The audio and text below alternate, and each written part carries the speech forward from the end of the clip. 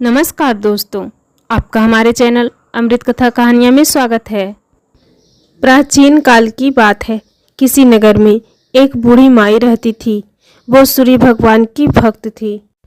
वह प्रत्येक रविवार को सुबह उठकर स्नान आदि करके अपने घर के आंगन को गोबर से नीपकर स्वच्छ करती। उसके बाद सूर्य भगवान की पूजा करती, फिर भोजन तैयार करती और भगवान को भोग लगाकर उसके बाद खुद खाती। सूर्य देव की कृपा से उसे किसी प्रकार की कोई चिंता और कष्ट नहीं था। धीरे धीरे उसका धन धान्य से भरता गया। बूढ़ी माई की एक पड़ोसन थी जो बूढ़ी माई को खुश देखकर उससे बहुत जलती थी। बूढ़ी माई के पास कोई गाय नहीं थी, इसलिए रविवार के दिन अपना घर नीपने के लिए वह अपनी पड़ोसन के आंगन में बंधी उसकी गाय का गोबर लाती थी। एक दिन बूढ़ी माई अपनी पड़ोसन के घर गाय का गोबर मांगने के लिए गई। अरे बुढ़िया, तू फिर आज गोबर मांगने आ रही है? मेरे यहाँ से गोबर ले जाकर ना जाने क्या करती है। आज तो मैं ना दूंगी इस बुढ़िया को गोबर। बहन, थोड़ा गाय का गोबर मिलेगा क्या? आज रविवार है और मुझे आंगन नीप कर सूर्यदेव की पूजा करनी है। माँ जी, गोबर तो अब नहीं मिल पाएगा। पर ऐसा क्यों? क्योंकि अब गाय नहीं रही, उसे बेच दिया हमने। गाय दूध अच्छे से देती नहीं थी, ऊपर से उसका खाद पानी का सारा बोझ पड़ गया था, तो इसीलिए बेच दिया। अब खाली गोबर के लिए तो गाय पालेंगे नहीं, है ना? बूढ़ी माई सब समझ गई थी। उसके पड़ोसन जानबूझकर उसे गोबर नहीं दे रही है, लेकिन वो बिना कुछ कहे वहां से चली जाती है। हे सूर्य भगवान, गोबर ना मिलने की वजह से मैं अभागन तेरी पूजा ना कर सकी, मुझे क्षमा करना। रविवार को गोबर न मिलने से बूढ़ी माई अपना आंगन नहीं नीप सकी। आंगन न नीप पाने के कारण उसने भोजन भी नहीं बनाया और ना ही उसने सूर्य भगवान को भोग लगाया और स्वयं भी भोजन नहीं किया। सूर्यास्त होने पर वो भूखी प्यासी सो गई। रात्रि में सूर्य भगवान ने उसे स्वप्न में दर्शन दिए। माते, मैं तेरे भोग की प्रतीक्षा कर रहा था, लेकिन आज के दिन तूने मुझे भोग नहीं लगाया। क्यों? क्षमा चाहूँगी सूर्यदेव। वो क्या है कि मेरे पास कोई गाय नहीं है। मैं इस रविवार घर नीपने के लिए अपने पड़ोसन से गाय का गोबर मांगकर लाती हूँ और उससे ही घर नीपती हूँ, लेकिन आज उसने गोबर देने से मना कर दिया, इसलिए ना मैं घर नीप पाई और ना ही भोग लगा पाई। बस इतनी सी बात है। अभी मैं तेरी समस्या दूर किए देता हूँ। आज जब तू भोर में उठेगी तो अपने घर के बाहर एक सुंदर सी गाय को पाएगी। ऐसा कहकर सूर्यदेव अंतर ध्यान हो गए। प्रातःकाल सूर्योदय से पूर्व उस बुढ़िया माई की आंखें खुली तो वो उठकर अपने घर के बाहर गई तो वहाँ एक सुंदर गाय और उसके बछड़े को देखकर हैरान हो गई। वो समझ गई कि ये सब सूर्यदेव की माया है। हे सूर्यदेव, आपकी माया अद्भुत है। जय सूर्यदेव, जय सूर्यदेव। ऐसा कहकर बूढ़ी माई वापस अपने घर में चली जाती है। उसी समय वहां से उसकी पड़ोसन गुजर रही थी। उसकी नज़र उस गाय और उसके बछड़े पर पड़ी। हे राम, ये सुंदर सी गाय बुढ़िया के घर में क्या कर रही है? तभी गाय ने सोने का गोबर किया। गोबर को देखकर उसकी आंखें फटी की फटी रह गई। ये क्या जादू है? ये तो गाय सोने का गोबर कर रही है। पड़ोसन ने उस बूढ़ी माई को आसपास ना पाकर तुरंत उस गोबर को उठाया और उसे अपने घर ले गई तथा अपने गाय का गोबर वहां रख आई। गाय प्रतिदिन सूर्योदय से पूर्व सोने का गोबर किया करती थी। अब पड़ोसन रोज सुबह जल्दी उठ जाती थी और बूढ़ी माई के गाय के गोबर करने का इंतजार करती और बूढ़ी माई के उठने के पहले पड़ोसन उस गोबर को उठाकर ले जाती थी। बूढ़ी माई को सोने के गोबर के बारे में कुछ पता ही नहीं था। सोने के गोबर से पड़ोसन कुछ ही दिनों में धनवान हो गई। बूढ़ी माई पहले की तरह हर रविवार को सूर्यदेव का व्रत करती रही और कथा सुनती रही। एक रात सूर्यदेव ने तेज आंधी चलाई, जिसके कारण बूढ़ी माई ने गाय को घर के अंदर बांध दिया। गाय के अंदर बंधे होने की वजह से उस दिन पड़ोसन उसका गोबर नहीं उठा पाई। भोर में जब बूढ़ी माई गाय के पास आई तो जमीन पर सोने का गोबर पाया देख बूढ़ी माई के आश्चर्य का कोई ठिकाना नहीं रहा। ये क्या, एक गाय तो सोने का गोबर देती है, लेकिन आज तक मैंने सोने का गोबर नहीं देखा। हो न हो ये मेरी पड़ोसन की ही काम है।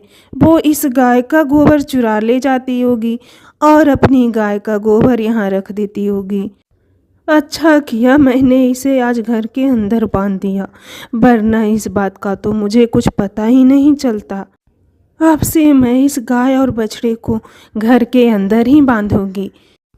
उस दिन के बाद बूढ़ी माई गाय को घर के अंदर बांधने लगी। सोने के गोबर से बूढ़ी माई कुछ ही दिनों में धनी हो गई। अब पड़ोसन पूरी तरह जल भुन गई।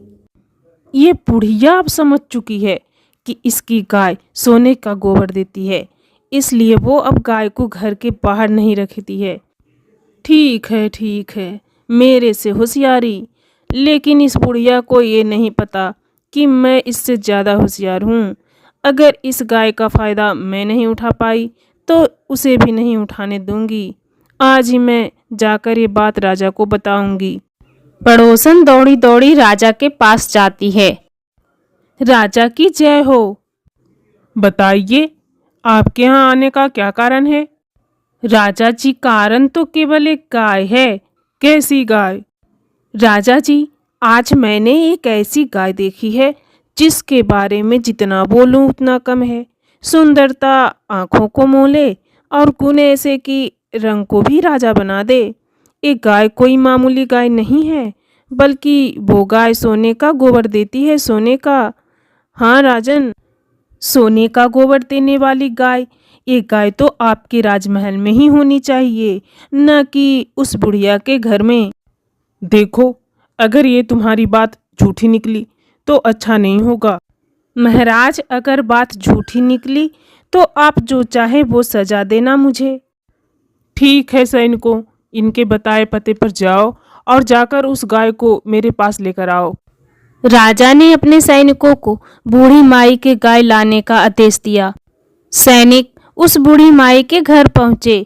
उस समय वो सूर्यदेव को भोग लगाकर स्वयं भोजन ग्रहण करने बैठी थी। राजा के सैनिकों ने गाय को अपने साथ महल की ओर ले चले। बूढ़ी माई ने सैनिकों से गाय को न ले जाने की प्रार्थना की। बहुत रोई चिल्लाई, लेकिन राजा के सैनिक नहीं माने। गाय के चले जाने से बूढ़ी माई को बहुत दुख हुआ। दूसरी ओर गाय को देखकर राजा बहुत खुश हुआ। उस रात राजा सो रहा था, तभी उसके सपने में सूर्यदेव आए और कहा, राजन, जो गाय तुम लेकर आए हो वो गाय मैंने उस बुढ़िया को वरदान स्वरूप दिया है। वो बुढ़िया हर रविवार को मेरी पूजा करती थी। इससे प्रसन्न होकर मैंने उसको वरदान दिया था। मेरे वरदान पर तुम्हारा कोई अधिकार नहीं है, इसलिए उस गाय को सम्मान सहित उस बुढ़िया को लौटा दो। तुम्हारे लिए यही बेहतर होगा। अगली सुबह राजा उठा, तभी उसने देखा कि सारा महल गोबर से भरा था। हर तरफ बस गोबर और बदबू। ये देखकर राजा को सूर्यदेव की बात याद आई। उसने तुरंत कुछ सैनिक बूढ़ी माई के पास भेजे और बूढ़ी माई को महल में बुलवाया। उससे अपने किए की माफी मांगी और गाय को उस बूढ़ी माई को सौंप दिया। वहीं उस पड़ोसन को दंड दिया। उसके बाद राजा के महल में गंदगी दूर हुआ और बूढ़ी माई खुशी खुशी रहने लगी। और राजा ने ये घोषणा करवाई कि आज से नगर में हर स्त्री रविवार को गाय के गोबर से घर लीपेंगे और सूर्यदेव की पूजा करेंगे। अगर आपको ये कहानी पसंद आए तो वीडियो को लाइक कीजिए, शेयर कीजिए और अभी तक आपने हमारे चैनल को सब्सक्राइब नहीं किया है तो सब्सक्राइब अवश्य कर लीजिए। धन्यवाद। कमलेश के पास काफी सालों से एक गौरा नाम की गाय थी। जिसने उसकी गरीबी में काफ़ी ही साथ दिया। जब कमलेश गरीब था तब गौरा ने उसे बाल्टी भर भर के दोनों वक्त दूध दिया, जिसे बेचकर कमलेश अब काफ़ी अमीर हो चुका था। लेकिन अब वक्त ऐसा आ गया था कि गौरा अब काफ़ी ही बूढ़ी हो चुकी थी, तो अब वो ना ही दूध दे सकती थी और ना ही बच्चे। लेकिन गौरा की ये दो बेटियां कोमल और सोनल अपनी माँ का फर्ज निभाते हुए कमलेश को काफ़ी अच्छा खासा दूध देती थी, जिससे कमलेश अभी भी अपना व्यापार अच्छे से चला पा रहा था। मेरी प्यारी बच्चियों, मुझे तुम पर गर्व है कि तुम मालिक को अभी भी अच्छा खासा दूध देती हो। मैं तो अब बूढ़ी हो चुकी हूँ, मुझे तो मालिक अब ऐसे ही ढो रहे हैं। ना तो मैं दूध दे सकती हूँ, ना ही बच्चे। मैं तो मालिक पर अब बोझ बन चुकी हूँ। ऐसा क्यों कर रही हो माँ? आपने जो गरीबी में मालिक के लिए किया है वो हम दोनों मिलकर भी नहीं कर सकते। आप मालिक के लिए कभी भी बोझ नहीं बन सकती। आपने उनके लिए बहुत कुछ किया है। हाँ, तो मालिक भी मेरे लिए बहुत कुछ कर रहे हैं। वो खामखा ही मेरा बोझ ढो रहे हैं। अगर मालिक चाहते तो कब का मुझे कसाई के हाथों बेच देते, लेकिन मालिक ने ऐसा नहीं किया। सच में मालिक बहुत अच्छे हैं। कमलेश गौरा से बहुत प्यार करता था, क्योंकि वह जानता था कि आज वह जो भी है सिर्फ और सिर्फ गौरा की वजह से है। हर सुबह कमलेश कोमल और सोनल का दूध निकालकर शहर में बेचने जाता था। कमलेश को भगवान पर बहुत ही आस्था था। वह बाजार जाने से पहले हर सुबह भगवान शिव की मंदिर आया करता और हाथ जोड़कर प्रार्थना करता कि हे भोलेनाथ, अपना कृपा हमेशा हम सब पर बनाए रखना। पूजा पाठ और प्रार्थना करके कमलेश वहां से चला जाता। ममता, मैंने कोमल और सोनल का दूध निकाल लिया है और उसे मैं बाजार में बेचने जा रहा हूँ। तुम मेरा एक छोटा सा काम कर दो। मैं जब तक दूध बेच कर आता हूँ, तुम तब तक गायों के लिए खेत से चारा लाकर डाल दो। ठीक है, मैं गायों को चारा लाकर डाल दूंगी। आप दूध बेचकर जल्दी आना। ममता गायों के लिए अपने खेत पर चारा लाने जाती है और वहां से गायों के लिए चारा लेकर अपने घर वापस जा रही थी। तभी उसे रास्ते में एक सूट बूट पहना व्यापारी मिलता है, जो ममता से कहता है, अरे ममता बहन, ये चारा किसके लिए ले जा रही हो? तुम्हारे पास तो सिर्फ अब 2 ही गाय बची हैं, फिर इतना सारा चारा? अरे भूपेंद्र, लगता है आप भूल रहे हो, हमारे 2 नहीं 3 गाय हैं। एक गौरा भी तो है, उसके लिए ही ले जा रहे हैं। अच्छा, गौरा के लिए? अरे ममता बहन, मेरी मानो, आपकी बूढ़ी हो चुकी गाय गौरा तो अब ना ही दूध देती होगी और न ही बच्चे। फिर तुम खामखा ही उसकी बोझ क्यों ढो रही हो? अगर तुम चाहो तो मैं उसका अच्छा खासा दाम दिलवा दूंगा।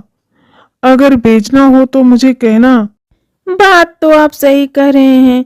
ठीक है, मैं अपने पति से इसके बारे में बात करके आपको बताऊंगी। फिर ममता अपने घर आ जाती है। घर जाकर वहां अपने पति से गौरा को बेचने की बात करती है। अजी, आपसे एक बात कहनी थी। आज रास्ते में भूपेंद्र भाई मिले थे। वो गौरा को बेचने के बारे में बात कर रहे थे। बोल रहे थे कि गौरा की अच्छी खासी दाम दिलवा देंगे।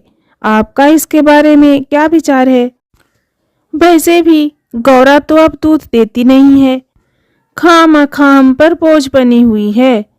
ममता, तुम्हारी इस बात को सुनकर बहुत ही दुख हुआ मुझे, और मुझे ये कहते हुए भी बहुत ही शर्म आ रही है कि तुम मेरी पत्नी हो।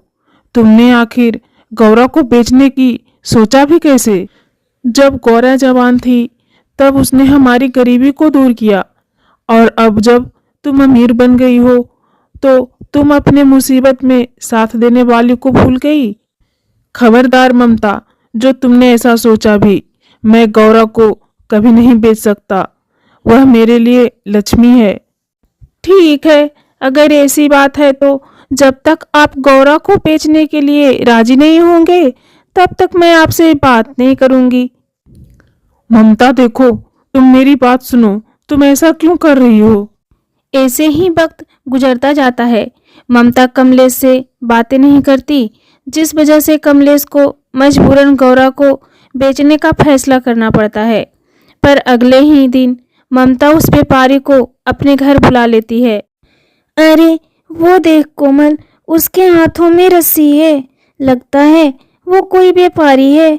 लग रहा है वो हम में से किसी को खरीदने आया है। नहीं नहीं मेरी बच्चियों, ऐसा नहीं हो सकता। मालिक हम में से किसी को नहीं बेच सकते। मालिक हमसे बहुत प्यार करते हैं। हाँ माँ, आप सही कह रहे हो। ऐसा ना हो तो ही सही है, वरना हम में से कोई एक भी अलग हो गया तो हम तो जी ही नहीं पाएंगे। तभी व्यापारी ममता को पैसे देता है, जिसे देखकर ममता खुश हो जाती है। लेकिन कमलेश ये सब देखकर बहुत ही दुखी था। ये कैसी औरत है जो घर के लक्ष्मी को ही बेचने में तुली हुई है। मुझे माफ कर देना गौरा, मैं ना चाहते हुए भी तुम्हें बेचने पर मजबूर हो गया हूँ। मुझे माफ कर देना। कमलेश की ये बातें सुनकर तीनों गायों को बहुत बड़ा झटका लगता है।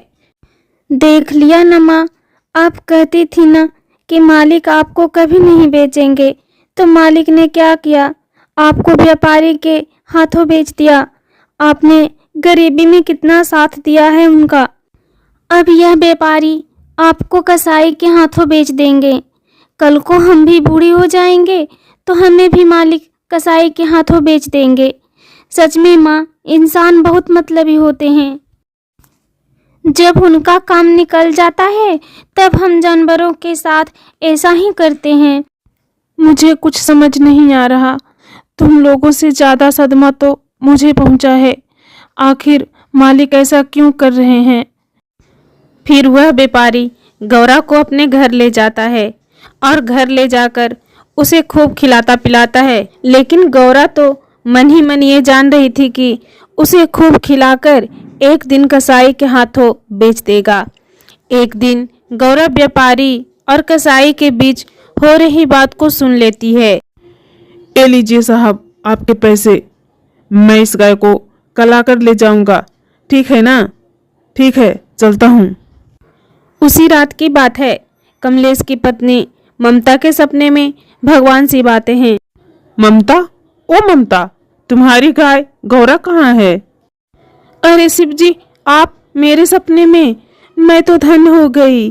गौरा को तो मैंने कुछ समय पहले एक व्यापारी के हाथों बेच दिया। तुमने बहुत ही गलत किया। गरीबी में गौरा ने तुम्हारा कितना साथ दिया। तुम्हें अपना दूध देकर तुम्हें कितना अमीर बनाया। पर जब उसे तुम्हारी सबसे ज्यादा जरूरत थी तो बुढ़ापे के समय में तुमने उसे बेच दिया। तुम्हें पता है, उस व्यापारी ने गौरा को एक कसाई के हाथों बेच दिया है। ममता, तुम्हारे पास अभी भी समय है, गौरा को बचा लो। मुझे माफ कर दीजिए शिव जी, आपने मेरी आंखें खोल दी। मुझसे बहुत बड़ा पाप होने से बच गया। मैं कल ही गौरा को जाकर उस व्यापारी के यहाँ से ले आऊंगी। अगली सुबह होते ही ममता ने कमलेश से अपने सपने के बारे में बताया। ममता, मैंने तो पहले ही कहा था तुम ऐसा मत करो। गौरा ने हमारे लिए कितना कुछ किया था और तुमने उसे मेरे हाथों भिजवा दिया। तुमने अपने साथ साथ मुझे भी बहुत बड़ा पाप का भागीदार बना दिया। अब जल्दी चलो, हम गौरा को वापस ले आते हैं, वरना ना जाने गौरा का क्या हाल होगा। फिर वह दोनों उस व्यापारी के पास जाते हैं जिनसे उन्होंने गौरा को बेचा था। अरे भूपेंद्र जी, गौरा कहाँ है? मुझे मेरी गौरा वापस दे दीजिए। मैं आपको उसके सारे पैसे वापस दे दूंगा। मुझे मेरी गौरा को नहीं बेचना। लेकिन मैंने तो उसे कल ही एक कसाई को बेच दिया। अब मैं तो गौरा को वापस नहीं ला सकता। लेकिन अगर तुम्हें गौरा वापस चाहिए तो तुम कसाई के पास जाकर उसे वापस ले सकते हो। फिर वह दोनों जल्दी जल्दी कसाई के पास जाते हैं। अरे, आपने जो गाय कल भूपेंद्र भाई से खरीदी है, वह गाय कहाँ है? क्यों भाई, तुम्हें उस गाय से क्या मतलब? मैंने उसे खरीद लिया है। तुमने उसे खरीद लिया, उससे क्या? मैं उसे वापस खरीदना चाहता हूँ। बताओ कहाँ है मेरी गाय? तुम्हारी गाय तो मेरे पास ही है, लेकिन मैं कुछ देर बाद उसे बाजार ले जाने वाला हूँ। खबरदार, तुमने उसे कहीं भी ले जाने की बात की तो तुम्हें जितना भी पैसा चाहिए मैं तुम्हें दूंगा। तुम मेरी गौरा को मुझे वापस कर दो। ठीक है, मुझे तो पैसे से मतलब है, लेकिन उसके अब दुगने पैसे लगेंगे, क्योंकि उसे चारा भी तो खिलाया है मैंने। फिर कमलेश ने कसाई को दुगने पैसे देकर गौरा को वापस अपने घर ले गया। गौरा को अपने पास देखकर कोमल और सोनल बहुत ही खुश हुए। उनके जान में जान आई। फिर कमलेश और उनकी तीनों गाय खुशी खुशी रहने लगे और कमलेश का दूध का व्यापार अच्छे से चलता रहा। फिर ऐसे ही एक दिन कमलेश और ममता ने भगवान शिव को धन्यवाद करने के लिए मंदिर गए और भगवान को धन्यवाद किया। अगर आपको ये कहानी पसंद आए तो वीडियो को लाइक कीजिए, शेयर कीजिए और अभी तक आपने हमारे चैनल को सब्सक्राइब नहीं किया है तो सब्सक्राइब जरूर कर लीजिए। धन्यवाद।